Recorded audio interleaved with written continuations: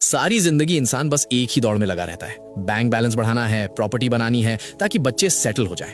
कमाल है ना। हम उस दौलत के लिए मेहनत करते हैं जो हमारे मरने के बाद हमारे ही बच्चों के दरमियान झगड़े और फसाद की वजह बन जाती है। लोग कहते हैं इतना नाम कमाओ कि मरने के बाद दुनिया याद रखे। अरे भाई, दुनिया के याद रखने से कब्र में एसी नहीं लग जाता। दुनिया 2 दिन रोएगी, तीसरे दिन बिरयानी खाएगी और भूल जाएगी।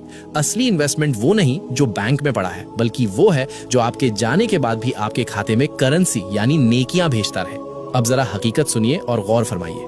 इस्लाम में इसे कहते हैं सदकाए जारिया, यानी वो नेकी जिसका सवाब इंसान के इंतकाल के बाद भी रुकता नहीं बल्कि कयामत तक जारी रहता है। सही मुस्लिम की हदीस 1631 गवाह है कि मरने के बाद इंसान के अमाल का सिलसिला खत्म हो जाता है सिवाय 3 चीजों के, जिनमें से एक है वो नेकी जिसका नफा यानी बेनिफिट लोगों को पहुंचता रहे। तो अगर आप चाहते हैं कि कब्र की तन्हाई में भी आपका रिवॉर्ड सिस्टम चालू रहे तो ये 6 काम आज ही नोट कर लें। कुरान पाक, किसी को कुरान मजीद तोहफे में दे, जब जब वो पढ़ेगा हर हर्फ पे आपको सवाब मिलेगा। व्हील चेयर, किसी अस्पताल में मरीजों के लिए व्हील चेयर डोनेट कर दें। जब तक कोई लाचार या बीमार उसे इस्तेमाल करेगा आपका खाता चलता रहेगा। मस्जिद की तामीर में हिस्सा लें, ईंट रख दें या पंखा लगवा दें, ये अल्लाह का घर है, यहाँ इन्वेस्टमेंट कभी डूबती नहीं। पानी का इंतजाम, कोई कुआं खुदवा दें, बोरवेल लगवाएं या किसी पब्लिक जगह पे वाटर कूलर रख दें। जब भी कोई इंसान, परिंदा या जानवर अपनी प्यास बुझाएगा आपकी रूह को ठंडक मिलेगी।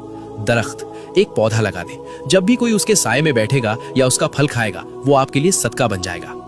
और छठा रास्ता जो इन सब में सबसे आसान है वो है इल्म फैलाना, जैसे कि अभी आप ये पैगाम सुन रहे हैं। याद रखिए, कब्र का अंधेरा बहुत खौफनाक है। वहां कोई दोस्त, कोई रिश्तेदार, कोई बैंक बैलेंस काम नहीं आएगा। वहां सिर्फ यही छोटी छोटी नेकियां चिराग बनकर जलेंगी। मौत का कोई कैलेंडर नहीं होता, बुलावा कभी भी आ सकता है, इसलिए इंतजार मत कीजिए। ये छठा काम अभी करें। इस पैगाम को अपने मुस्लिम भाई बहनों तक पहुंचाएं। अगर आपकी वजह से किसी एक ने भी इनमें से कोई एक नेकी कर ली तो सोचिए आपकी आखिरत का कितना बड़ा सामान तैयार हो जाएगा। आज आपने अपनी आखिरत के लिए क्या भेजा? कमेंट में अल्हम्दुलिल्लाह लिखें और शेयर जरूर करें।